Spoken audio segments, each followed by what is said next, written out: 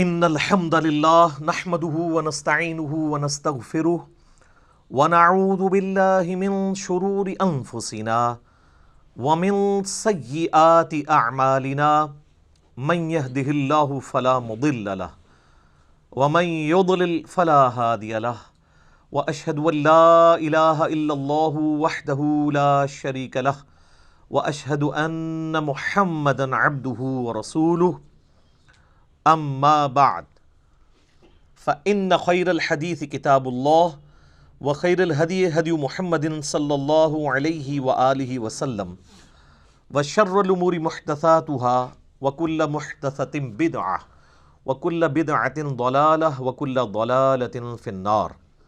اعوذ بالله السميع العليم من الشيطان الرجيم من همزه ونفخه ونفثه. بسم الله الرحمن الرحيم. رب اشرح لي صدري ويسر لي امري واحلل عقدة من لساني يفقهوا قولي. بسم الله الرحمن الرحيم. ان الله وملائكته يصلون على النبي يا ايها الذين آمنوا صلوا عليه وسلموا تسليما.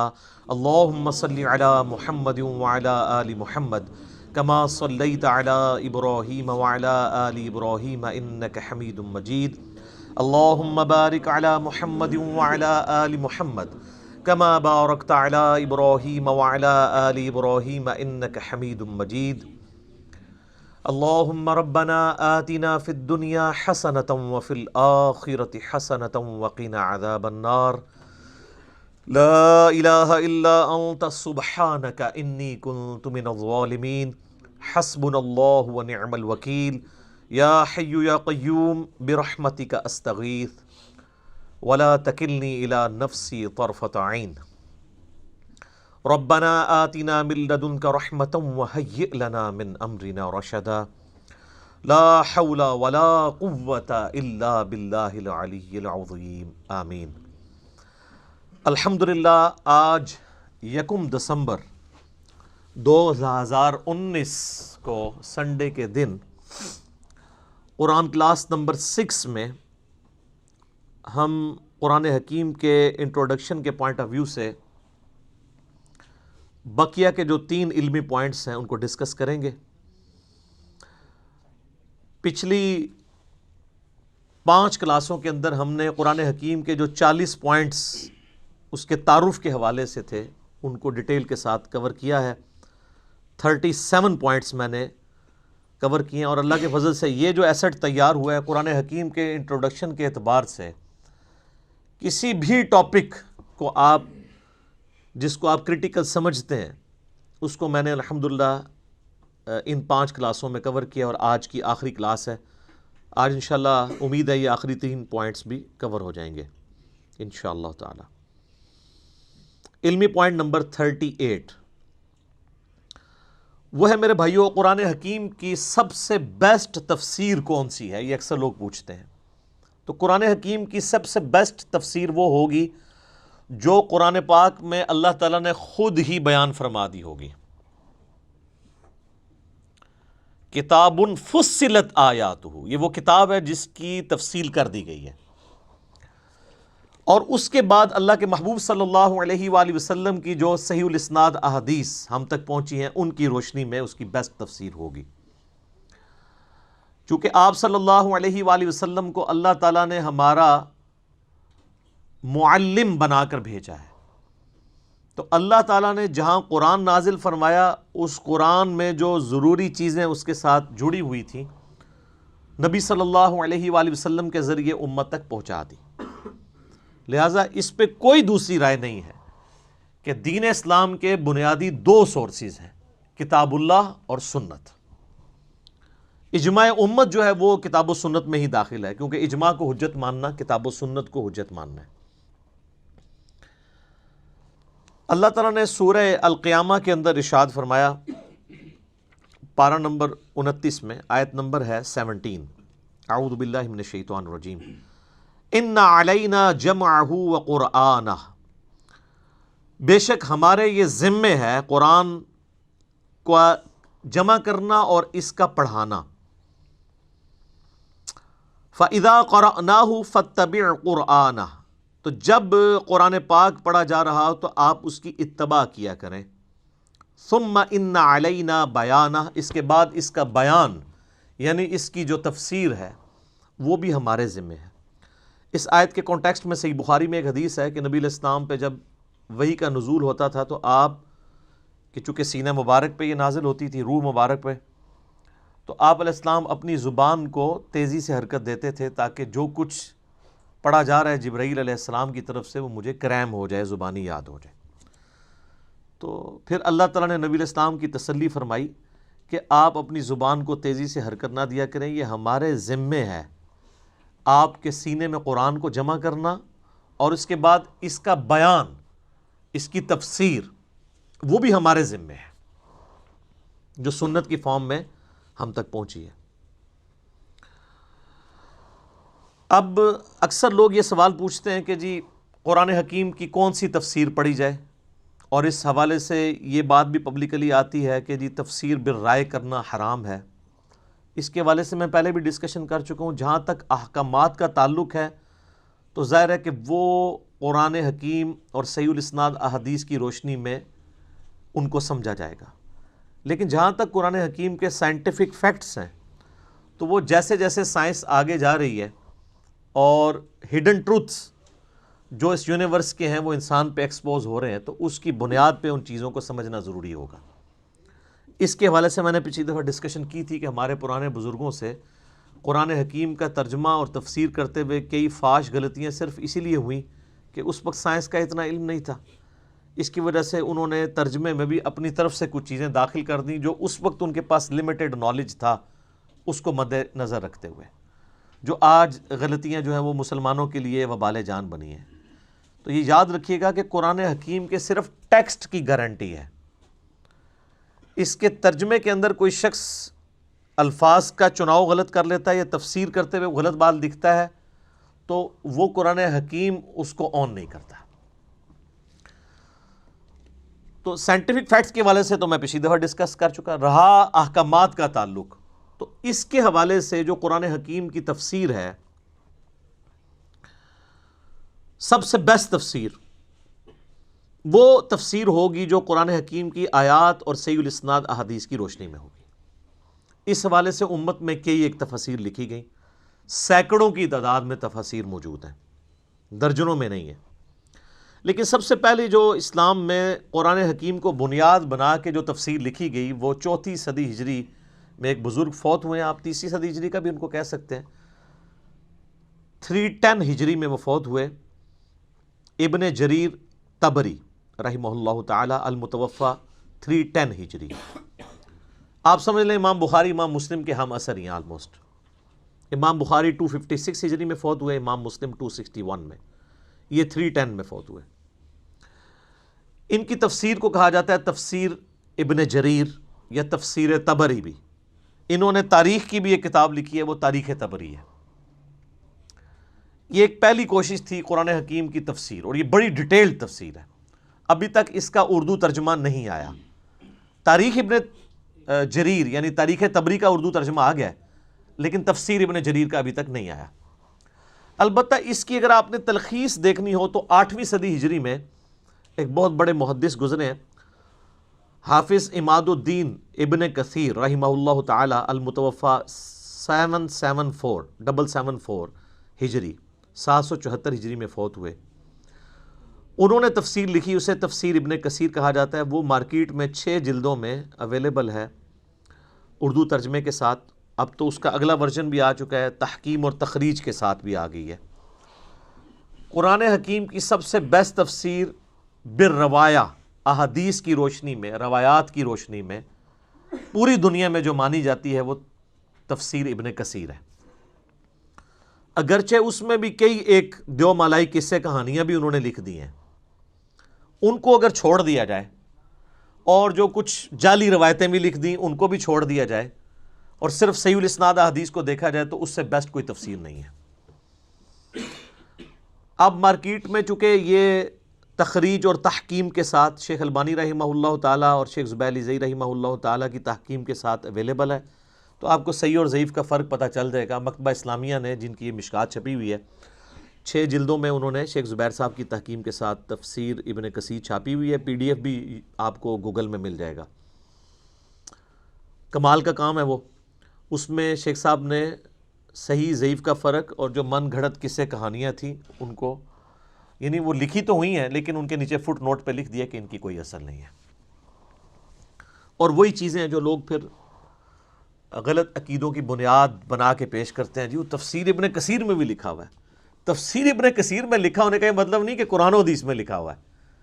ایک عالم ہے، اس نے کوئی ایک واقعہ لکھ دیا، اس میں تو بڑے عشق مشوقی والے بھی واقعات لکھے ہوئے ہیں، ان کی کوئی اصل نہیں ہے۔ ہاں، حافظ ابن کثیر جو آیت لے کے آئے، جو حدیث لے کے آئے، اس کو آپ فالو کریں گے۔ باقی انہوں نے جو واقعات لکھ دیے کچھ، ان کی کوئی حقیقت نہیں ہے، نہ اس کو بنیاد بنا کے کوئی عقیدہ رکھا جا سکتا ہے۔ عقیدے کا سورس کتاب و سنت ہے۔ تفسیر ابن کثیر چونکہ ڈیٹیلڈ ہے، اس لیے یعنی لوگوں کے لیے پڑھنے میں بھی تردد ہوتا ہے۔ اسی کو مزید تلخیص کے ساتھ ایک جلد کے اندر اہل حدیث مکتبہ فکر کی جانب سے بڑا اچھا کام ہوا ہے۔ احسن البیان ایک قرآن کی تفسیر ہے، حافظ صلاح الدین یوسف صاحب کی، آلموسٹ ان کی 90 سال کے قریب عمر ہے۔ دارالاسلام والوں کا اکثر وہی کام کر رہے ہوتے ہیں۔ سعودی عرب سے بھی حاجیوں کو جو مفت تفسیر دی جاتی ہے وہ وہی ہے۔ پاکستان میں بھی آپ کو احسن البیان کے نام سے دارالاسلام والوں سے مل جائے گی۔ اس کا ایک بڑے یعنی سائز میں بھی ورژن آ چکا ہے۔ اس میں ریڈ اور بلیک کلر، 2 کلرز انہوں نے یوز کیے ہیں۔ ریفرنسز ریڈ کلر میں ہیں اور رائٹنگ بلیک کلر میں، فونٹ بھی موٹا ہے۔ اور سب سے بڑی خوبی یہ ہے کہ تفسیر جو ہے وہ نچلے والے ہاف پورشن میں ہوئی ہے۔ پہلے تو آپ کو پتہ تفسیریں سائیڈ حاشیے پہ چھپتی تھیں، تو وہ حاشیہ ڈھونڈتے ہوئے آدھا ادھر ہوتا تھا، آدھا ادھر ہوتا تھا، تو انہوں نے آدھا حصہ جو ہے وہ عربی اور ترجمے کے لیے رکھا ہے، اور نیچے والا ہاف حصہ جو ہے اس کی تفسیر کے لیے۔ حاجیوں کو یہ مفت دیا جاتا ہے۔ وہ حاجیوں والا جو ورژن ہے وہ چھوٹے سائز میں، اس کی ہینڈ رائٹنگ بھی چھوٹی ہے، بال پڑھی جا سکتی ہے، لیکن یہ جو ابھی اٹلی سے پرنٹ کروایا ہے دارالاسلام والوں نے، وہ بڑے سائز میں ہے اور اس کی قیمت بھی آلموسٹ 1200 روپے ہوگی اس وقت، لیکن بڑے اچھے کاغذ کے اوپر ہے۔ باقی تو دارالاسلام والے آلموسٹ ڈبل ٹرپل قیمت ہی کتابوں کی لگا رہے ہوتے ہیں، لیکن قرآن کے ساتھ شکر انہوں نے یہ ظلم نہیں کیا، قرآن کی قیمت انہوں نے بڑی اچھی رکھی ہوئی ہے۔ تو وہ آپ دارالاسلام والا قرآن احسن البیان لیں، اگرچہ اس میں بھی کئی ایک خامیاں ہیں، اور وہ خامیاں اس وجہ سے ہیں کہ صلاح الدین یوسف صاحب کا ایک اپنا خاص مزاج ہے، وہ انہوں نے اپنا مزاج بھی اس میں کچھ داخل کیا ہے۔ میں نے وقتاً فوقتاً اس کو ہائی لائٹ کیا، اس کو ضرورت نہیں ہے، بل اوورال اس وقت جتنی تفسیر اویلیبل ہیں ان میں ایک آپ کو مختصر تفسیر کے طور پہ وہ ایک اچھی تفسیر مل جائے گی ایک جلد کے اندر۔ لیکن ان تمام تفسیر میں آپ کو ایک کمزوری نظر آئے گی، اور وہ یہ ہے کہ یہ آج کے دور کے انسان کے ساتھ کئی معاملات میں مس فٹ ہے۔ ظاہر حافظ ابن کثیر نے جو تفسیر لکھی، اس کو لکھے ہوئے بھی آلموسٹ 650 سال ہو چکے ہیں۔ اب 650 سال میں دنیا چینج ہو چکی ہے، عقائد کے اختلافات نئے آ چکے ہیں۔ حافظ صاحب کے زمانے میں تو علم غیب، حاضر و ناظر، یہ والے ایشوز تو نہیں تھے۔ اب زیادہ تر ایشوز جو ہیں وہ ان عقیدوں کے حوالے سے ہیں، تو اس لیے یہ چیزیں آپ کو وہاں پہ خالی نظر آئیں گی۔ اس میں حافظ صاحب کا کوئی قصور نہیں ہے، ظاہر اس زمانے میں ایشو ہوتے تو وہ یقیناً اس کو ایڈریس کرتے۔ لیکن ایک چیز جو میں سمجھتا ہوں ان تفسیر میں کمزوری ہیں، وہ یہ ہے کہ قرآن حکیم جگہ جگہ تورات، زبور، انجیل کے حوالے پیش کرتا ہے۔ ایتونی بکتاب من قبل ھذا او اثارۃ من علم ان کنتم صادقین، لاؤ میرے پاس جو تمہارے پاس الہامی کتابیں موجود ہیں۔ اس طریقے سے سورہ آل عمران میں آتا ہے کہ تورات لے کے آؤ، اس میں پڑھ کے دیکھو کہ جو تم عقیدے اڈاپٹ کیے ہوئے ہو، اونٹ کے گوشت کے حوالے سے کانٹیکسٹ میں خصوصاً بات ہو رہی تھی سورہ نساء کے اندر، سورہ آل عمران کے اندر، پارہ نمبر 4 کے سٹارٹ میں۔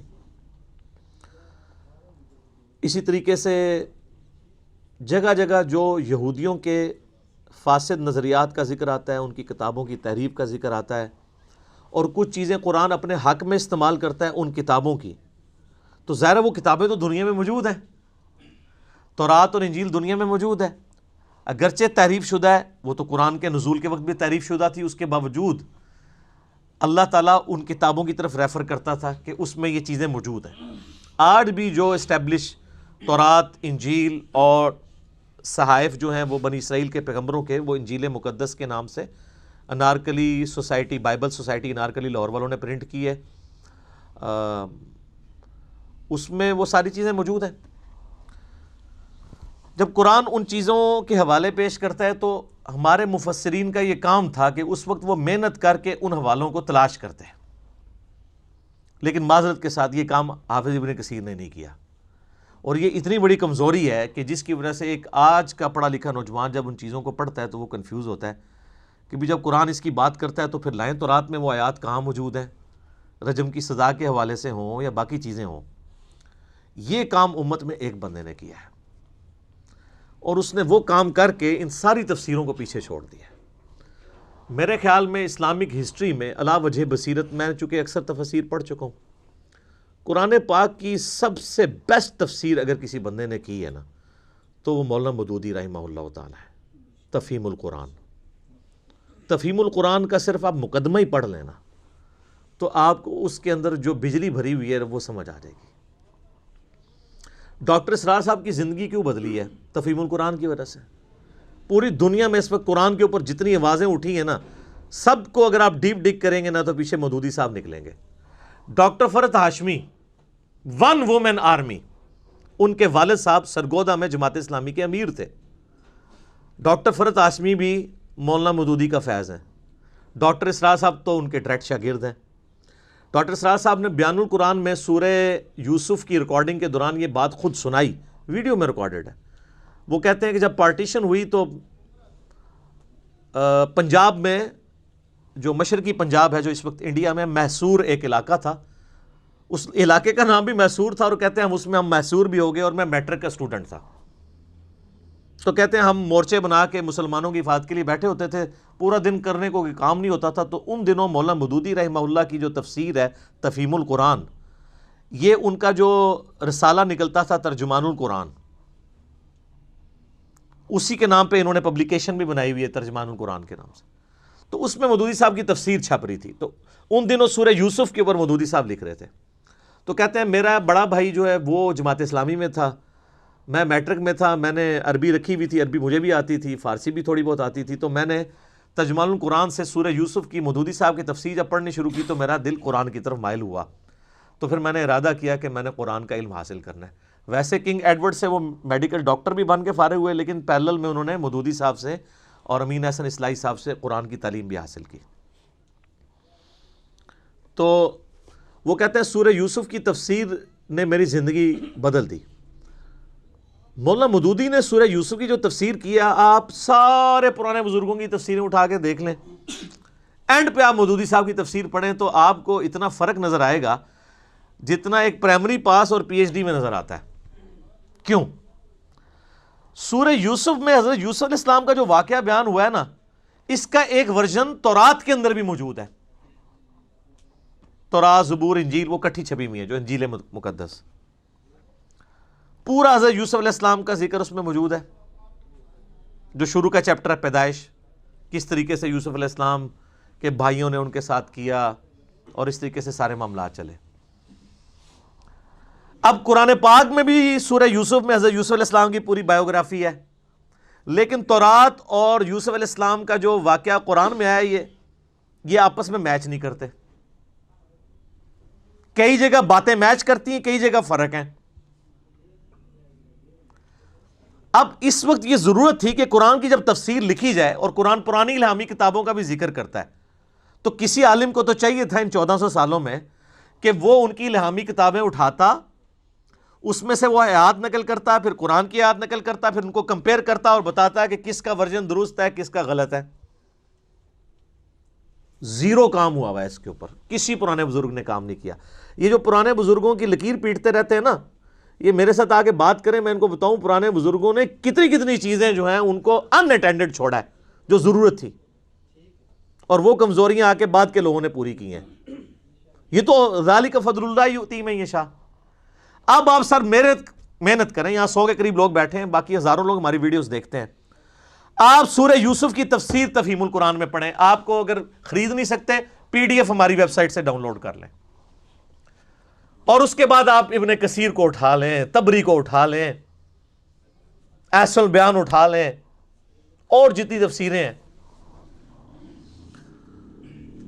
تبیان القرآن غلام سو سعیدی صاحب کی اٹھا لیں، آپ کو زمین و آسمان کا فرق نظر آئے گا۔ مودودی صاحب نے ساری وہ تورات کی آیات لکھی ہیں اور جہاں جہاں وہ قرآن سے ڈیفرنس کرتی ہیں ان کا فرق بتایا، اور پھر انہوں نے ثابت کیا ہے عقلاً کہ یہ تورات کی سٹیٹمنٹ جو ہے یہ چینج ہوئی ہوئی ہے، قرآن جو بات کر رہا ہے یہی بات فٹ ان بیٹھتی ہے۔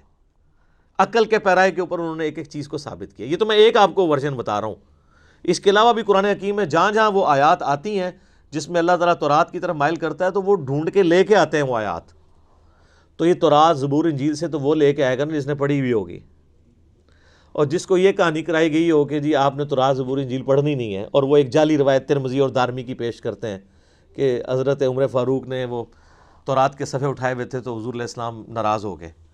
یہ تو ان اصول محدثین پہ روایت ہی ضعیف ہے، یہ قرآن کے بھی خلاف ہے۔ قرآن تو کہتا ہے ایتونی بکتاب من قبل ھذا او اثارۃ من علم ان کنتم صادقین۔ بال مودودی صاحب نے یہ محنت کی ہے، اور آج آپ پڑھیں تو آپ کا دل خوش ہوتا ہے۔ قرآن کی حقانیت جس طریقے سے انہوں نے کھول کے، ابھی میں ان سائنٹیفک فیکٹس کے حوالے سے جو ان کی ڈسکشن ہے، پھر قرآن کی جو انقلابی دعوت ہے، جو غیر مسلموں کے اسلام کے اوپر اعتراضات ہیں، اس کا آپ کو زیرو آنسر ملے گا ابن کثیر میں، ابن جریر میں اور باقیوں میں۔ لیکن مودودی صاحب وہ ساری سائنٹیفک چیزیں، وہ سارے علمی اعتراضات، چاہے وہ جدید تھے یا قدیم تھے، ان کو آخری درجے تک جا کے ایڈریس کرتے ہیں کہ ایک بندے کا دل اشش کر اٹھتا ہے کہ یار اس بندے، اور میں حیران ہوں کہ اس بندے نے، اس زمانے میں نہ کوئی سافٹ ویئر تھے، نہ حدیث کی کتابیں ہر بندے کی پہنچ میں تھی، اس بندے نے اتنا انٹلیکچوئل کام کیا ہے، اور پھر جو اللہ نے ان کو روانگی دی تھی قلم کی، ماشاء اللہ تعالی لا حول ولا قوت الا باللہ۔ اور یہ آپ پڑھ کے دیکھیں گے تو، میں نے تو ساری پڑھی ہوئی ہے نا، میں تو اینڈ پہ تفہیم القرآن پہ پہنچا تو مجھے آئیڈیا ہوا کہ پوری دنیا کے اندر انٹلیکچوئلس کیوں تفہیم القرآن کا ذکر کرتے ہیں، تو وہ آپ کو آئیڈیا ہوگا۔ تفہیم القرآن آپ ضرور خریدیں۔ ادارہ ترجمان القرآن والوں نے اب کمپیوٹر کمپوزنگ کے ساتھ بھی تفہیم القرآن چھاپ دی ہے۔ پہلے تو وہ ہینڈ ریٹن تھی نا کاتب کی، وہ خیر کاتب بھی وہ بڑا کلاس کا کاتب تھا جس نے لکھی ہوئی تھی، لیکن ظاہر ہے کمپیوٹر کمپوزنگ والی ذرا فونٹ بڑا کر دیا انہوں نے، تو عام مکتبوں سے آپ خریدیں گے تو آپ کو بڑی مہنگی ڈبل قیمت لگاتے ہیں۔ بہتر یہ ہے کہ آپ جماعت اسلامی کے جو آپ کے دفاتر ہیں اپنے علاقوں میں، ان کے پاس جائیں، ان کو کہیں ہول سیل پرائس کے اوپر لگائیں، تو وہ آدھی قیمت پہ آپ کو آلموسٹ ملے گی۔ اب خلافت و ملوکیت مارکیٹ میں 400 روپے کی بک رہی ہے جو نئی انہوں نے پرنٹ کی ہے، ہول سیل پہ اس کی قیمت جو ہے 240 روپے ہے۔ کتنا فرق ہے؟ تو وہ آپ تفہیم القرآن اگر کوئی خرید نہیں سکتا تو وہ ہماری ویب سائٹ پہ جائے، گوگل میں جائے، آپ کو اس کا PDF مل جائے گا، PDF ڈاؤن لوڈ کر لیں، وہ تو فریلی اویلیبل ہے۔ کوئی بھی ایشو ہو آپ تفہیم القرآن کو کھول کے پڑھیں، انشاءاللہ آپ کو آخری درجے تک چیزیں کلیئر ہوں گی کہ یہ اختلاف کیا تھا اور اس کی کیا شکل ہے۔ ایون اہل تشیع کی کتابوں کے ریفرنسز بھی تھے نا جو، وہ بھی مولانا مودودی نے جمع کیے ہیں۔ یعنی سیدنا عمر کا دفاع کرنا پڑا سورہ نور کی آیت نمبر 55 میں خلافت کے حوالے سے کہ اللہ تعالیٰ جو وہ اہل ایمان کو زمین میں خلافت دے گا، تو نہج البلاغہ سے مولا علی کا خطبہ انہوں نے نقل کیا ہے۔ جو جنگ قادسیہ میں حضرت عمر جا رہے تھے تو مولا علی نے ان کو روکا تھا اور کہا تھا کہ اللہ تعالیٰ نے آپ کو مسلمانوں کا مرکز بنایا، اگر آپ شہید ہو گئے تو پیچھے ہمارا شرازہ بکھر جائے گا۔ اب یہ نہج البلاغہ میں خطبہ لکھا ہوا تھا شیعہ کی کتاب میں، کسی کو نظر نہیں آیا، حافظ ابن کثیر کو نظر نہیں آئی نہج البلاغہ، لیکن اب جب شیعہ کے سامنے آتا ہے تو اب شیعہ کے لیے وہ خطبہ پڑھ کے خلفائے راشدین کی شان کو سمجھنا آسان ہے بنسبت ہماری کتابوں کے ریفرنسز کے، تو مودودی صاحب نے وہ نقل کیا۔ میں یعنی تفہیم القرآن کی اگر آپ کو انالیسس کروں تو مجھے یہاں پہ کم از کم 30-40 گھنٹے چاہیے شروع سے لے کے اینڈ تک، کہ اللہ تعالیٰ نے اس بندے سے کتنا بڑا کام لیا۔ تو تفہیم القرآن ضرور آپ لوگ خریدیں، کیونکہ لوگ پوچھتے ہیں مجھے کون سی تفسیر پڑھیں، میں کہتا ہوں ساری پڑھیں، اس کے بعد اینڈ پہ تفہیم القرآن بھی پڑھیں، تو آپ کو انشاءاللہ فرق نظر آئے گا کہ انہوں نے کتنا بڑا کام کیا۔ تفسیر کے حوالے سے عموماً اہل بدعت جو ہے نا، ان کی طرف سے بڑے دھوکے دیے جاتے ہیں۔ وہ کہتے ہیں نہیں قرآن پاک کی آیات کا شان نزول بھی دیکھنا بڑا ضروری ہے۔ وہ یہ سمجھ رہے ہوتے ہیں کہ شان نزول سے شاید رزلٹ کوئی اور نکل آئے گا۔ یعنی قرآن پاک کے پہلے صفحے پہ لکھا ہے نا ایاک نعبد و ایاک نستعین، وہ کہتے ہیں اس کا شان نزول ڈھونڈیں تاکہ ہم یا علی مدد یا غوث پاک مدد ثابت کر لیں۔ آپ اپنی عقل استعمال کریں کہ شان نزول کیا قرآن کی آیات کا ایسا ہو سکتا ہے جو قرآن کی سٹیٹمنٹ کے اپوزٹ جا رہا ہو؟ پاسبل ہی نہیں ہے۔ قرآن اگر کہہ رہا ہے کہ تیری ہی عبادت کرتے ہیں اور تجھی سے دعا مانگتے ہیں، تو احادیث یا اس کا شان نزول کبھی آپ کو یہ سپورٹ نہیں کرے گا کہ آپ بابوں کو پکارنا شروع کر دیں، قبروں سے مانگنا شروع کر دیں۔ سورہ نساء کی آیت نمبر 82 ہے کہ اگر قرآن اللہ کے سوا کسی اور ہستی کی طرف سے ہوتا تم اس میں اختلاف کثیر پاتے۔ اتنی موٹی کتاب میں عام آدمی لکھتا ہوا تو بھول ہی جائے گا پہلے صفحے میں میں کیا لکھ کے آیا ہوں، اور آگے جا کے کچھ اور لکھ دے۔ اگر قرآن کے پہلے صفحے پہ ایاک نعبد و ایاک نستعین لکھا ہے نا، تو قرآن میں کوئی آیت اس کے خلاف نہیں ہوگی، وہ آپ کو نظر آ رہی ہوگی۔ جیسے وَاسْتَعِینُوا بِالصَّبْرِ وَالصَّلَاةِ، نماز اور صبر سے مدد چاہو، کہتے ہیں نہیں اس سے تو ثابت ہو گیا کہ غیر اللہ سے مدد، تو اس کا مطلب ہے المدد یا نماز، المدد یا صبر۔ کہتے ہیں نہیں جی، وہ نماز پڑھیں تو اللہ کی مدد آتی ہے، تو پھر اللہ ہی ہے نا، کیونکہ آگے ان اللہ مع الصابرین۔ وَاسْتَعِینُوا بِالصَّبْرِ وَالصَّلَاةِ کا یہ مطلب کیسے ہو گیا کہ المدد یا نماز، المدد یا صبر؟ مدد تو اللہ ہی کی ہے اعمال کے ذریعے۔ عقیدہ بالکل ٹھیک ہے۔ وہ جی قرآن میں ہے وَتَعَاوَنُوا عَلَى الْبِرِّ وَالتَّقْوَى وَلَا تَعَاوَنُوا عَلَى الْإِثْمِ وَالْعُدْوَانِ، نیکی پرہیزگاری کے کاموں میں ایک دوسرے کی مدد کرو، برائی میں۔ اچھا جی، تو کیا اس سے یہ ثابت ہو گیا کہ آپ نے نیکی کا کام کرنا ہے، مجھے پانی پلانا ہے تو میں آپ سے پانی مانگتا ہوں، ٹھیک ہے آپ مجھے پلا بھی دیں گے، لیکن اگر آپ اس سے یہ سمجھتے ہیں کہ میں بغداد میں کسی فوت شدہ بزرگ جو قبر میں چلے گئے ان سے پانی مانگوں، تو مانگ کے دیکھ لیں، اگر آتا ہے تو پی لیں۔ اللہ سے بھی مانگے کہ وہ بھی پانی نہیں آپ کو گلاس بھر کے دے گا، کیونکہ دنیا اسباب کے ساتھ جڑی ہوئی ہے۔ جو چیزیں اسباب کے تحت آتی ہیں وہ ان چیزوں سے الگ ہے۔ خیر یہ الگ سے ٹاپک ہے، میرا مسئلہ نمبر 3 ہے دعا صرف اللہ ہی سے۔ 1.25 گھنٹے کا میں نے یہ سارے وسوسے میں سیٹل کیے ہیں۔ کہ شان نزول، شان نزول، اور اس کا دھوکہ دے دے کے قرآن ڈائریکٹ نہیں پڑھنا گمراہ ہو جاؤ گے۔ یہ بات یاد رکھیں، قرآن حکیم اپنے عقائد اور نظریات میں کسی شان نزول کا، کسی حدیث کا بھی محتاج نہیں ہے۔ قرآن پاک میں جو آیات آئی ہیں وہ منوان اسی طریقے سے عقیدے کے طور پہ قبول کی جائیں گی۔ احادیث سے مزید سمجھنے میں ضرور آسانی ہوگی، لیکن یہ نہیں ہوگا کہ احادیث کے بغیر وہ چیزیں سمجھنا ناممکن ہو جائیں گی۔ ہاں جہاں پہ ڈفرنس آئے گا وہاں ہم احادیث کی طرف جاتے ہیں صرف اس لیے کہ سمجھنے میں فرق ہے۔ جیسا کہ سورہ بقرہ میں جب تک کالا اور سفید ڈورا الگ نہ ہو جائے، فجر کے وقت کے پوائنٹ آف ویو سے فجر کے لفظ موجود ہیں، تم نے سحری بند نہیں کرنی۔ بخاری میں آتا ہے عدی ابن حاتم نے وہ سفید اور کالا دھاگا رکھ لیا ہوا تھا، اور وہ دیکھتے رہتے تھے جب تک ان دونوں کے کلر علیحدہ نہیں ہوتے سحری کرتے تھے۔ حالانکہ من الفجر موجود تھا، فجر کے ساتھ آسمان کے ڈوروں کا ذکر ہے، لیکن حدیث نے بریف کر دیا وہ نہ بھی ہو حدیث تب بھی ہم فجر سے آسمان کا ڈورا ہی مراد لیں گے۔ جب کوئی فرق لگ جائے وہ علیحدہ بات ہے۔ شان نزول کا محتاج نہیں ہے قرآن۔ قرآن کی آیات آفاقی ہیں، جسے فٹ اسے گفٹ۔ اس پہ میں نے مسئلہ 154 ڈیٹیل ریکارڈ کروا دیا ہے جو دھوکہ دیتے ہیں۔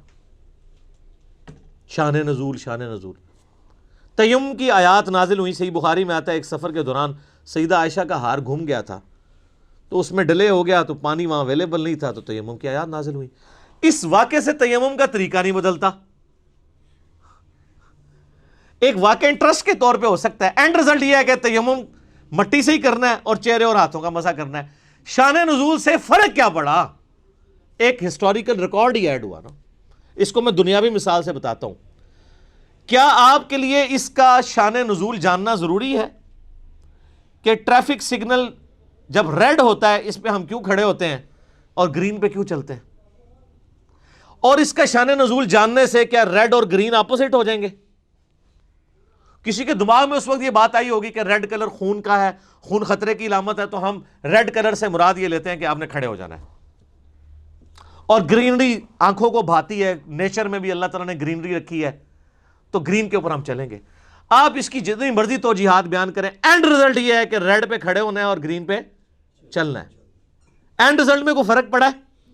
تو اس کی ہسٹری جاننے سے آپ کے انٹرسٹ میں اضافہ ضرور ہوگا، فرق نہیں پڑے گا آپ کو ہسٹری پتا ہو یا نہ ہو، فالو آپ نے گرین اور ریڈ کو کرنا ہے۔ اس طرح قرآن پاک کی آیات کا شان نزول پتا ہو یا نہ ہو، فالو آپ نے آیات کو ہی کرنا ہے۔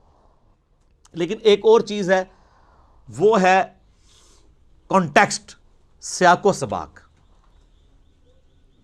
وہ ضروری ہے، اور وہ قرآن میں ہی موجود ہوتا ہے، اس کے لیے حدیث کی ضرورت نہیں ہوتی. Point to be noted.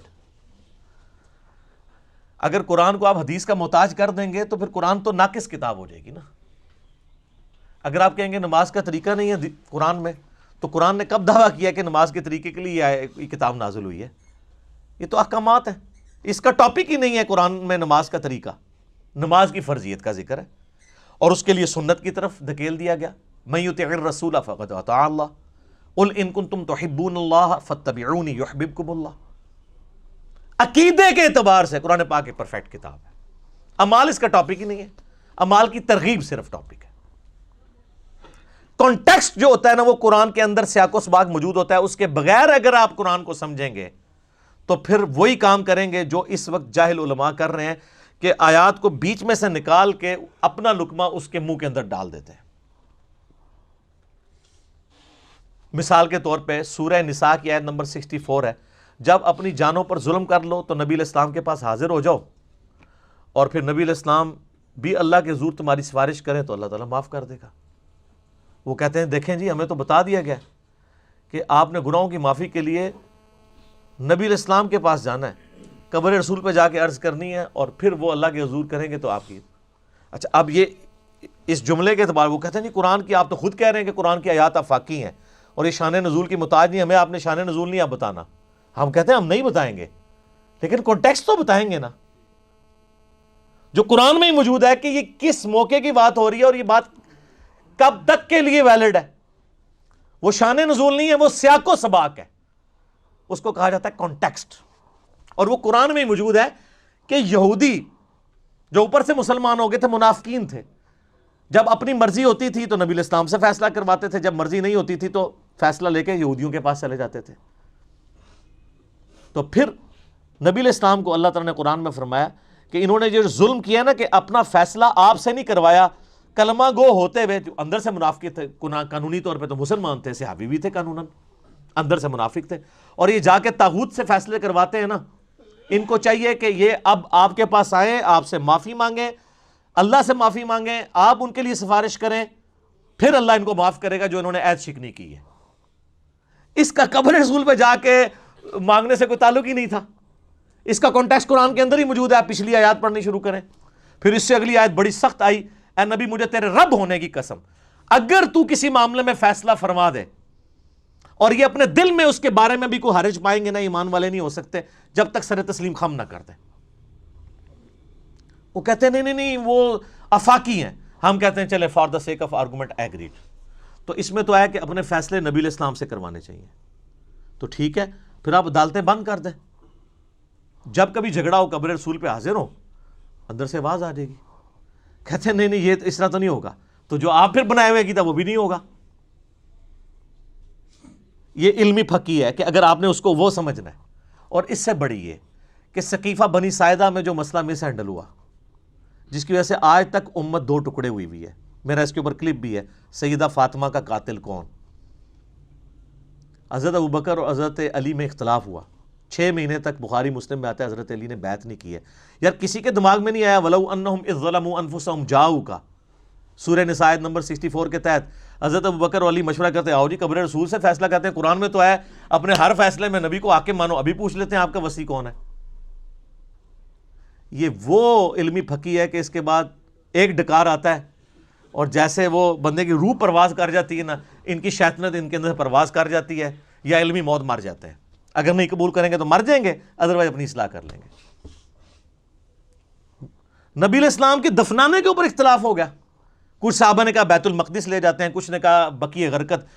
ترمذی میں آتا ہے سیدنا ابوبکر نے کہا کہ میں نے نبی علیہ السلام سے یہ بات سنی تھی کہ اللہ تعالیٰ نبی کو اس وقت موت دیتا ہے، اس جگہ پہ موت دیتا ہے جو اس کے لیے پسند فرماتا ہے.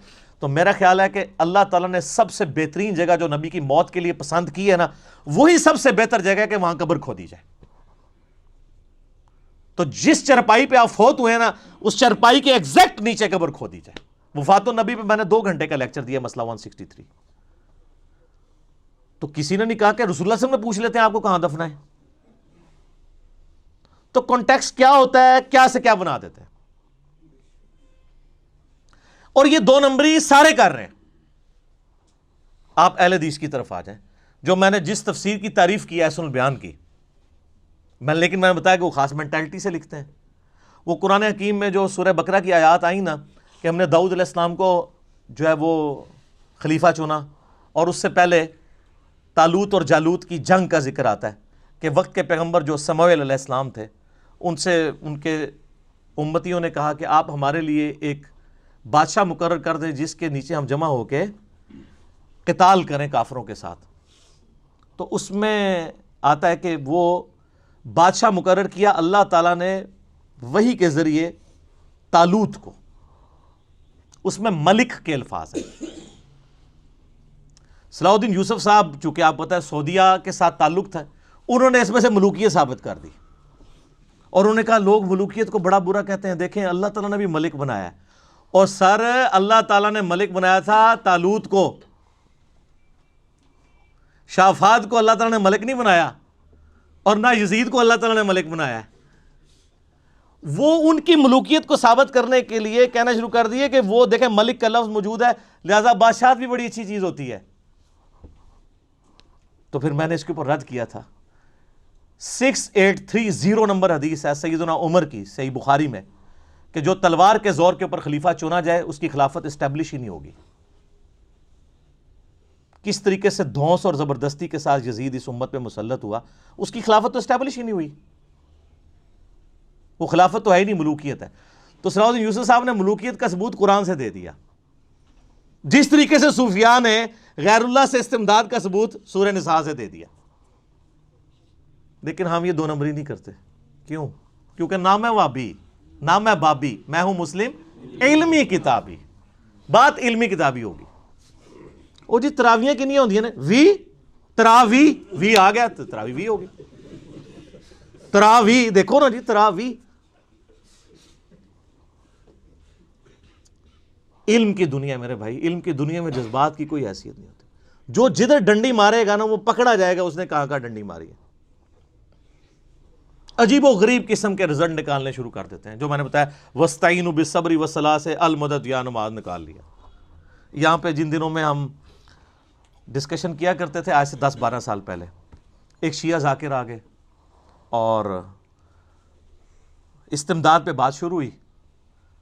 وہ کہہ رہے کہ اللہ سے بھی مانگ سکتے ہیں. میں نے کہا یار کہاں مانگ سکتے ہیں، ایک آیت بتاؤ وَاسْتَعِينُوا بِالصَّبْرِ وَالصَّلَاةِ. میں نے کہا اس کا مطلب المدد یا نماز، المدد یا صبر. کہتے نہیں. تو میں نے کہا پھر؟ کہتا نہیں اللہ کی مدد. وہ جو آیات پیش کرے میں نے پمفلٹ میں سارے وسوسے لکھے ہوئے ہیں، مختصر کرتے کرتے کرتے اینڈ رزلٹ یہ نکلا اس نے ہاتھ اٹھا دیے. کہتا نہیں میں بڑے مفتی کو فون کروں گا اپنے آیت اللہ کو. میں نے کہا ملا اسپیکر آن کیا.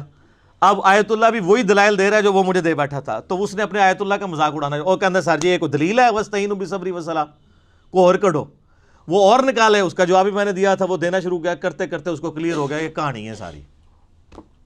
اَمَّن يُجِيبُ الْمُضْطَرَّ إِذَا دَعَاهُ وَيَكْشِفُ السُّوءَ وَيَجْعَلُكُمْ خُلَفَاءَ الْأَرْضِ أَإِلَٰهٌ مَّعَ اللَّهِ.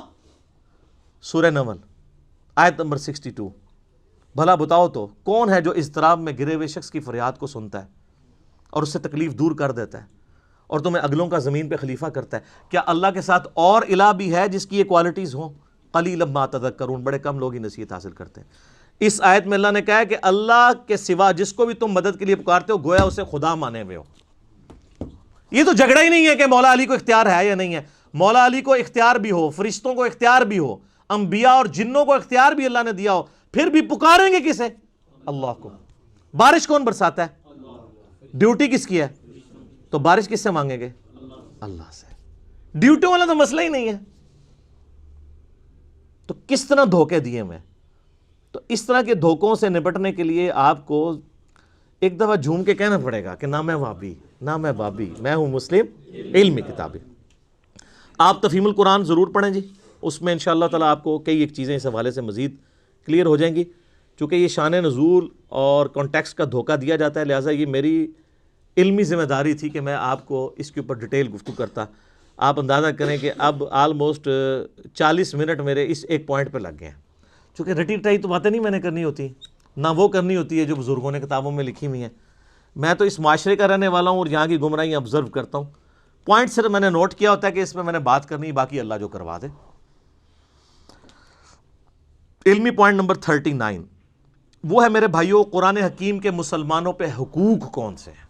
ایک مسلمان پہ قرآن کے کون کون سے حق ہیں جو اس نے پورے کرنے ہیں بینگ اے مسلم؟ اس پہ بھی 1 گھنٹہ چاہیے، لیکن بڑی اچھی فارم میں یہ کام آلریڈی ایک بندے نے کر دیا ہے، ڈاکٹر اسرار صاحب رحمہ اللہ تعالی۔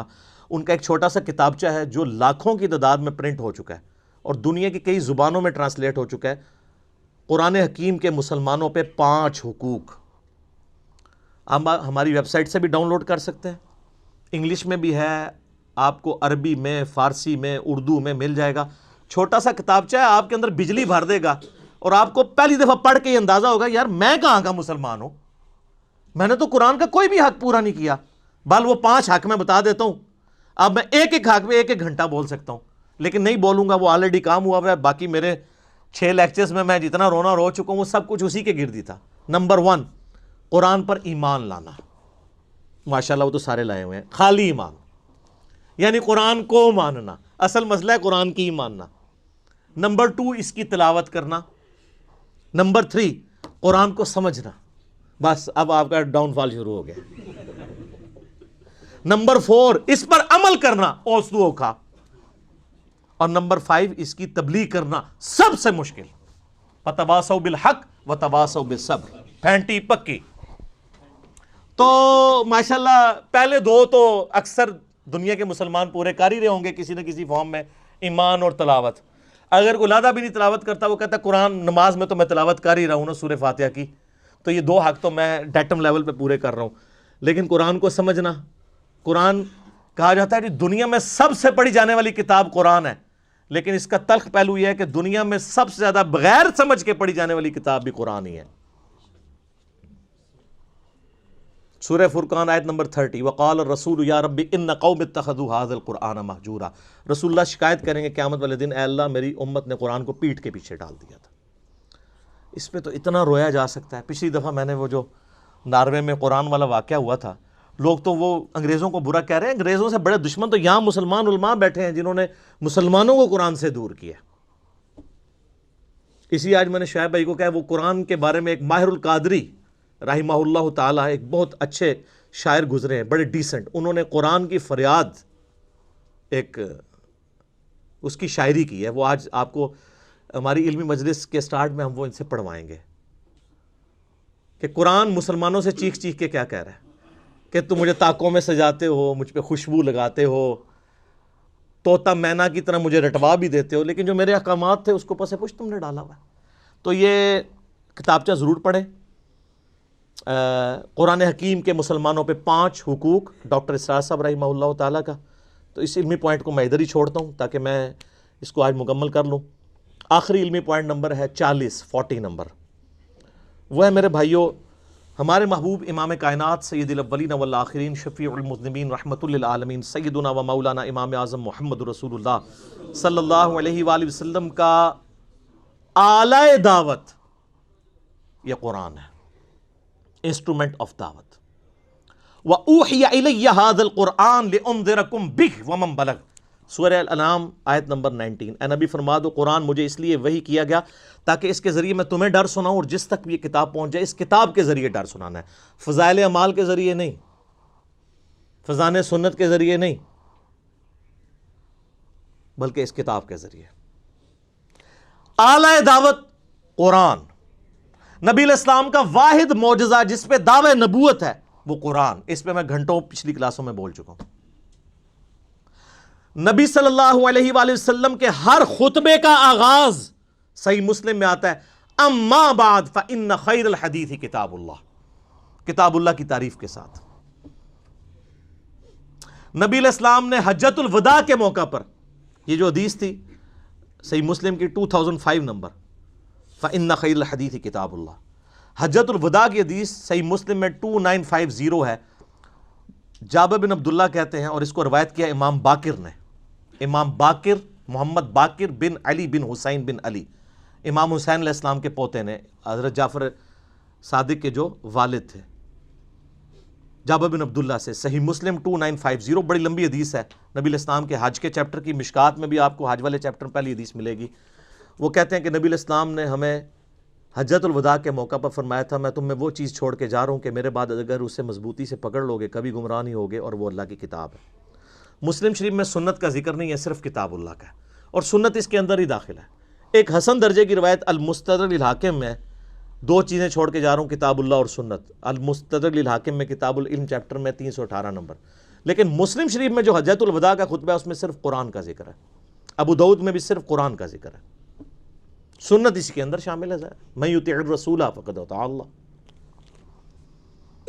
تو نبی الاسلام نے حجۃ الوداع پہ قرآن، پھر اس کے بعد غدیر خم کا جو خطبہ ہے سب سے سٹرانگ خطبہ قرآن کی شان میں، وہ حجۃ الوداع کے بعد بھی مکے سے مدینے آتے ہوئے خم نامی گاؤں میں آپ علیہ السلام نے خطبہ دیا، جو مسلم میں 4 حدیثیں ہیں، 6225 سے 6228۔ اے لوگو آگاہ ہو جاؤ، میں بھی ایک انسان ہوں، قریب ہے کہ اللہ کا قاصد یعنی موت کا فرشتہ میرے پاس آئے اور میں اس کی دعوت قبول کر لوں۔ میں اپنے بعد تم میں 2 بھاری چیزیں چھوڑ کے جا رہا ہوں، ان میں سے پہلی چیز اللہ کی کتاب ہے، تم اس کتاب کو پکڑو، اپنا تعلق اس کتاب کے ساتھ مضبوط کرو۔ اللہ کی کتاب اللہ کی رسی ہے، جو اسے پکڑے گا ہدایت پہ ہوگا، جو چھوڑ دے گا گمراہ ہو جائے گا۔ اور زید ابن ارقم کہتے ہیں پھر نبی الاسلام کہتے رہے اللہ کی کتاب، اللہ کی کتاب، اللہ کی کتاب۔ اور پھر فرمایا دوسری بھاری چیز میرے اہل بیت ہیں، میں اپنے اہل بیت کے معاملے میں تمہیں اللہ کا خوف دلاتا ہوں، میرے بعد ان کے ساتھ برا سلوک نہ کرنا۔ 3 دفعہ آپ نے فرمایا، لیکن امت بالکل الٹ چلی، نہ قرآن کو پکڑا اور نہ اہل بیت کو چھوڑا، سارے قتل کر دیے۔ اچھا یہ ماہر القادری کا ہی شعر ہے، ان کے ہاتھوں سے لٹی باغ رسالت کی بہار، جو نمازوں میں پڑھتے صدا پڑھتے رہے صلی اللہ۔ کافر مارتے دکھ نہ ہوتا، وہ کہتے ہیں جو نماز میں اللہم صلی اللہ محمد وعلی آل محمد پڑھتے رہے انہوں نے ہی رسول اللہ کے خاندان کو ذبح کیا۔ یہ بھی ماہر القادری کا شعر ہے، جنہوں نے وہ قرآن کی فریاد لکھی ہے، تاکوں میں سجایا جاتا ہوں۔ بڑا کلاس کا شاعر تھا یہ ماہر القادری۔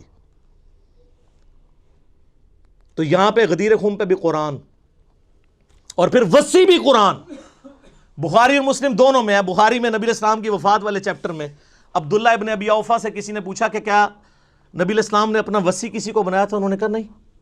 تو انہوں نے کہا پھر ایک عام آدمی کے لیے کیوں لازم ہے کہ وہ مرتے وقت وصیت کرے؟ انہوں نے کہا اس لیے کہ نبی الاسلام نے ہمیں قرآن پہ چلتے رہنے کی وصیت کی تھی، وصی رسول بھی قرآن۔ ہم حضرت ابوبکر صدیق رضی اللہ تعالیٰ عنہ کو خلیفۃ الرسول مانتے ہیں، وصی رسول نہیں مانتے، کیونکہ صحیح مسلم میں اما عائشہ سے کسی نے پوچھا کیا نبی علیہ السلام نے اپنا خلیفہ کسی کو بنایا تھا؟ انہوں نے کہا نہیں۔ تو انہوں نے پوچھا اگر بناتے؟ تو انہوں نے کہا میرا خیال ہے کہ ابو بکر کو بناتے۔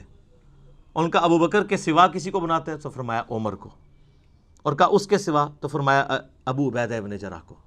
اما عائشہ خود کہہ رہی ہیں صحیح مسلم میں، اگر حضرت ابوبکر وصی رسول ہوتے تو اما عائشہ خود کہتی ہیں وصی رسول وہ ہیں، خلیفۃ الرسول ہے، صحابہ کے اجماع سے، نہ کہ وصی رسول۔ باقی وہ جو نمازیں پڑھانے والے ہیں تو مولا علی نے بھی نمازیں پڑھائی ہیں۔ بخاری میں حدیث ہے ابو بکر کے علاوہ سارے دروازے بند کر دو، ترمذی میں حدیث ہے کہ علی کے سوا سارے دروازے بند کر دو۔ اشارے دونوں طرف ملتے ہیں، غدیر خم پہ مولا علی کی طرف اشارہ ملتا ہے اور باقی جگہوں پہ حضرت ابو بکر کی طرف۔ تو وہ صحابہ کے اجماع نے چنا۔ یہ علیحدہ سے ایک ٹاپک ہے، مسئلہ 55B 3 گھنٹے کا اس پہ ریکارڈڈ ہے۔ وصی رسول کون؟ قرآن۔ تو قرآن کے گرد ہی ساری چیز گھومتی ہے۔ اس حوالے سے میں نے ایک ریسرچ پیپر لکھا ہے، امام الانبیاء کی دعوت قرآن، اور میرا مسئلہ نمبر 1 2 گھنٹے کا وہ ریسرچ پیپر میں نے سارا پڑھایا ہے۔ توفیق ہو تو وہ ضرور دیکھیں۔ اور پچھلے دنوں جو یہ ناروے والا واقعہ ہوا ہے اس پہ میں نے کئی ایک احادیث بیان کی تھی قرآن کی عظمت کے حوالے سے، اور اس آیت کو حرز جاں بنا لیں، سورۃ الفرقان آیت نمبر 30، وقال الرسول یا ربی ان قوم اتخذوا ھذا القرآن مہجورا۔ قیامت والے دن نبی علیہ السلام شکایت کریں گے کہ میری قوم نے، میری امت نے قرآن کو پیٹھ کے پیچھے ڈال دیا تھا۔ صحیح مسلم میں حدیث ہے 534 نمبر، والقرآن حجت لک او علیک، قیامت والے دن قرآن یا تیرے حق میں دلیل بنے گا یا تیرے خلاف دلیل بن جائے گا۔ صحیح بخاری میں سیدنا ابو بکر کا پہلا خطبہ ہے، کتاب الاعتصام بالکتاب والسنہ چیپٹر میں، کتاب و سنت کو مضبوطی سے پکڑنا۔ انتہائی گستاخانہ خطبہ ہے ہماری ڈاکٹرن میں، لیکن قرآن و سنت میں فٹ بیٹھتا ہے۔ اس میں حضرت ابو بکر کہتے ہیں کہ اللہ تعالیٰ نے اپنے نبی کو اس کتاب کے ذریعے ہدایت دی، اب یہ تمہارا کام ہے کہ کتاب باقیوں تک پہنچا کے اس کتاب کے ذریعے انہیں ہدایت دو، کیونکہ وہ کہیں گے کیا نبی گمراہ تھے؟ نہیں، وَوَجَدَكَ ضَالًّا فَهَدَىٰ، اے نبی تمہیں ہم نے اپنی محبت میں خود رفتہ پایا اور ہدایت کی اعلیٰ ترین درجے تک پہنچا دیا۔ ہر نبی پیدائشی نبی ہوتا ہے، لیکن جب وحی کا نزول اس کے اوپر ہوتا ہے پھر اس کی ہدایت کامل درجے تک پہنچ جاتی ہے، گمراہ کبھی بھی نہیں ہوتا نبی۔ سورہ الشورى کا آخری رکوع یہ ہے کہ ہم نے اے نبی علیہ السلام اس قرآن کے ذریعے آپ کو ہدایت دی ہے، وَإِنَّكَ لَتَهْدِي إِلَىٰ صِرَاطٍ مُسْتَقِيمٍ، اور اب آپ بھی لوگوں کو سیدھے راستے کی طرف مائل کرتے ہیں۔ تو اعلی دعوت قرآن، وصی رسول قرآن، اس کے علاوہ بھی کئی ایک احادیث ہیں۔ میرا مسئلہ نمبر 170 بھی ہے، 170 نمبر، قرآن حکیم کے ترجموں کے جو دھوکے دیے جاتے ہیں کہ کس کا ترجمہ پڑھیں قرآن حکیم کی اہمیت کے پوائنٹ آف ویو سے، یعنی اس پہ تو گھنٹوں بولا جا سکتا ہے، لیکن میں نے کوشش کی ہے کہ اپنی 6 کلاسوں میں قرآن حکیم کا تعارف آپ دیکھ لیں، آلموسٹ یہ 6 گھنٹے کی گفتگو تو بن گئی نا۔ ابھی بھی اس پہ گھنٹوں گفتگو ہو سکتی تھی، لیکن میں نے اس کو سکپ کیا تاکہ ہمارا قرآن پاک والا معاملہ جو ہے وہ تفسیر والا شروع ہو جائے۔ امید ہے انشاءاللہ تعالی اگلی دفعہ ہم سورۃ الفاتحہ سے آغاز کریں گے، اور اس میں پہلا لیکچر کوشش کروں گا سورہ فاتحہ کے اوپر ہی ہو، کیونکہ ام القرآن ہے، یہ قرآن کی ماں ہے، قرآن کا مقدمہ ہے۔ اس کے بعد سے پھر سورہ بقرہ جب شروع ہوگی تو پھر ہم جتنی آیات ہماری اس 55 منٹ کے اندر ہو جائیں گی وہ ٹھیک ہے، پھر اس سے اگلی۔ ویسے تو میں قرآن حکیم کی 9 سالوں میں ایک پوری ڈیٹیل ریکارڈنگ پورے قرآن کی کرا چکا ہوں، آپ کو پتہ ہے، 2010 سے لے کر 2019 تک، تو وہ یوٹیوب کے اوپر اویلیبل ہے۔ لیکن پھر دوبارہ سے اس لیے سٹارٹ کی کہ اس دفعہ ہم ذرا اس کو مزید بہتر بنائیں ویلیو ایڈیشن کر کے، اور اس میں ایک ویلیو ایڈیشن ہوگی انشاءاللہ کہ جب میں آیات بولا کروں گا وہ آپ کو اسکرین پہ ڈسپلے ہوتی ہوئی نظر آیا کریں گی نیچے، تاکہ کنسنٹریشن لوز نہ ہو۔ تو انشاءاللہ تعالیٰ اگلی دفعہ ہم سورۃ الفاتحہ سے اللہ کا نام لے کے شروع کریں گے، اور اللہ تعالیٰ سے ہم یعنی امید کرتے ہیں کہ اللہ تعالیٰ اتنا موقع دے کہ ان چیزوں کو ہم ایک دفعہ مکمل کر لیں انشاءاللہ تعالیٰ۔ دیکھیں دنیا میں کئی لوگوں نے تفسیریں ریکارڈ کروائی ہوئی ہیں، لکھی بھی ہوئی ہیں، آپ وہ تفسیریں لکھی بھی پڑھ کے دیکھ لیں، ریکارڈڈ بھی سن لیں، اس کے بعد اس مسکین کی بھی کوئی ایک آیت کی تفسیر نکال کے دیکھ لیں، تو آپ کو زمین و آسمان کا فرق نظر آئے گا۔ اس کی وجہ یہ ہے کہ جو علماء یہ کام کرتے رہے، کسی خاص مکتبہ فکر سے اٹھے، اسی نیریٹو میں انہوں نے بات کرنے کی کوشش کی۔ ہم نے تو پوری کوشش کی، آپ کو پتہ ہے میں نے اپنی جو 9 سالوں میں ریکارڈنگ ہوئی اس میں ایک آیت کے اوپر بھی میں نے 6 گھنٹے بھی گفتگو کی ہے، 8 گھنٹے بھی گفتگو کی ہے، صرف اس لیے کہ وہ آیت بون آف کنٹینشن بنی ہوئی تھی، اختلافات کے پوائنٹ آف ویو سے میں نے کوشش کی کہ اس کو ایڈریس کیا جائے۔ لیکن اب جو ہماری یہ تفسیر ریکارڈ ہونے جا رہی ہے اس میں میں اتنا ڈیٹیل نہیں بولوں گا، صرف کراس ریفرنسز دے دوں گا۔ جس طرح آج میں نے کئی کراس ریفرنسز دیے ہیں، مسئلہ نمبر 55B کا دیا ہے، مسئلہ نمبر 1 کا دیا ہے، وہ 55B 2.25 گھنٹے کا ہے، 1 نمبر 2 گھنٹے کا ہے، مسئلہ 170 1.5 گھنٹے کا ہے۔ اب ہر دفعہ اتنی ڈیٹیل گفتگو تو ممکن نہیں ہے، لیکن یہ کوشش کی جائے گی کہ کیونکہ بعض لوگوں نے یہ بھی شکایت کی کہ یہ مختصر کے چکر میں یہ بھی نہ ہو کہ وہ جو چیز سمجھانے والی ہے وہ بھی رہ جائے، نہ ایسا نہیں ہونے لگا، بے فکر ہو، میں اپنی عادت تو مجبور ہاں، جو تک میں کتا گھودوں باہر نہ کاٹ لواں میری تسلی نہیں ہوتی، کیونکہ مجھے پتہ ہوتا ہے کہ یہ خالی میں نے ڈول نکالنے سے کچھ بھی نہیں بننا۔ جو فرسودہ عقائد ہیں ان کو ایک ایک چیز کو الگ کرنا ہے کہ یہ یہاں پہ مس کوٹ کیا ہے، یہاں پہ مس کوٹ کیا، یہاں پہ غلطی ہوئی، یہاں پہ غلطی ہوئی، اس غلطی کو ریکٹیفائی کرنا، اور پھر غلطی کسی کی بھی ہو۔ یہ جو آج میں نے ڈسکس کیا سورہ نساء آیت نمبر 64 وَلَوْ أَنَّهُمْ إِذْ ظَلَمُوا أَنفُسَهُمْ جَاءُوكَ، اس میں حافظ ابن کثیر ایک عجیب و غریب واقعہ لے آئے ہیں کہ وہ قبر رسول پہ ایک عرابی حاضر ہوا، عرابی زبر کے ساتھ، اور اس نے کہا یا رسول اللہ بھوک سے ہلاک ہو گئے، یہ ہو گیا وہ سو گیا، اس کو اونگ آئی، نبی علیہ السلام کی خواب میں زیارت ہوئی، آپ نے فرمایا عمر کو میرا سلام کہنا، اور یہ وہ طارق جمیل صاحب بھی بیان کر رہے ہیں۔ تو اہل حدیث سارے نا طارق جمیل صاحب کے پیچھے پڑے ہوتے ہیں، دیکھو یار کس قسم کے عقیدے بیان کر رہا ہے، بریلوی کیا کر رہے ہیں، حالانکہ کام حافظ ابن کثیر ڈال کے گیا ہے۔ تو وہ حافظ ابن کثیر سے نکال کے دکھاتے ہیں، یہ دیکھیں جی حافظ صاحب نے کام ڈالا ہے، تو ہمارے پاس تو نہیں لا سکتے، ہمیں تو حافظ صاحب کی دونس تو بہت چھوٹی، حافظ صاحب تو بیچارے 8ویں صدی ہجری میں آیا ہے، ہم تو پہلی صدی میں بھی کسی کی دونس ماننے کے لیے تیار نہیں ہیں کتاب و سنت کے خلاف۔ کیوں؟ کیونکہ نام ہے وابی، نام ہے بابی، میں ہوں مسلم علمی کتابی۔ یہ کہنا آسان ہے علمی کتابی، لیکن یہ اطیع اللہ و اطیع الرسول، اس پہ چلنا بہت مشکل ہے، کیونکہ وہ آگے وَأُولِي الْأَمْرِ مِنْكُمْ کے ساتھ پھر تنازع بھی آ جاتا ہے. وہ جب تنازع آتا ہے تو فَرُدُّوهُ إِلَى اللَّهِ وَالرَّسُولِ کی طرف آنا مشکل ہوتا ہے, کیونکہ تلوار لٹکی ہوئی ہوتی ہے نا. اسی لیے میں کہتا ہوں حسین نہیں روزانہ ماما جمدیاں. کیوں؟ اس لیے کہ یہ بہت کم لوگوں کا لیول ہوتا ہے کہ برائی کو ہاتھ سے روکیں. لوگوں کو تو گیم سمجھ ہی نہیں آئی نا ہوا کیا ہے. وہ تو ہم نے پھر کھولا ہے نا کہ معاملہ ہوا کیا ہے, لوگ کس طرح مصلحت کا شکار ہو جاتے ہیں, اور کوئی بندہ اپنی جان دینے کے لیے تیار نہیں ہوتا. آپ اس دور میں دیکھ لیں, پچھلے ڈکٹیٹر نے لال مسجد میں مسلمانوں کا قتل عام کیا, ان کے اپنے فرقے کے لوگ بھی ان کے ساتھ کھڑے نہیں ہوئے, جس کی وجہ سے 15 سال ہمیں خودکش حملے بھگتنے پڑے پاکستان میں. اسی کا ریونج تھا نا. تو میں ڈر رہا تھا کہ یہ جو بھی دھرنا چل رہا ہے فضول مان والا, یہ دوسرا لال مسجد نہ بن جائے, ورنہ اگلے 15 سال پھر پار ہو جانے تھے. تو وہ جب یہ معاملہ ہو رہا تھا اس وقت کوئی مولوی کھڑا ہوا؟ کوئی بھی نہیں. تو آپ اس زمانے میں بات کریں گے. آج تو پھر بھی فریڈم آف ایکسپریشن ہے, میڈیا پہ بات ہو سکتی ہے, عدالتیں ہیں, لیکن جہاں پہ صرف بادشاہ ہو, جو بولے اس کی گردن کاٹ دی جائے, اس زمانے میں بولنا بڑا مشکل ہے. ٹھیک ہے, یہ آج تو بڑا مبارک دور ہے, فریڈم آف ایکسپریشن ہے. بادشاہوں کے زمانے میں فریڈم آف ایکسپریشن نہیں ہوتا تھا. میں نے کتنے بخاری اور مسلم سے واقعات بیان کیے ہیں کہ لوگ ڈرتے ہوئے باتیں ہی نہیں کیا کرتے تھے, جو کرتا تھا وہ ٹانگا جاتا تھا. تو انشاءاللہ ہم کوشش کریں گے کہ ہم اس سچائی کی دعوت کو پوری ایمانداری کے ساتھ پبلک تک پہنچانے کی کوشش کریں, لیکن مدد اللہ ہی سے ہے. نستعین باللہ ونتوکل علیہ وحسبنا اللہ ونعم الوکیل ولا حول ولا قوة الا باللہ العلی العظیم. صلوا علی الحبیب اللہم صلی علی محمد وعلی آل محمد کما صلیت علی ابراہیم وعلی آل ابراہیم انک حمید مجید. اللہم بارک علی محمد وعلی آل محمد کما بارکت علی ابراہیم وعلی آل ابراہیم انک حمید مجید.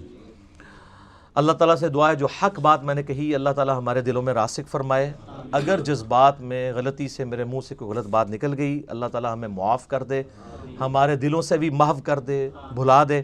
ہمیں کتاب و سنت کی تعلیمات پر عمل کر کے دوسرے بھائیوں تک پہنچانے کی توفیق عطا فرمائے. سبحانک اللہم و بحمدک اشہد ان لا الہ الا انت استغفرک و اتوب الیک وما علینا الا البلاغ المبین. جزاکم اللہ خیرا.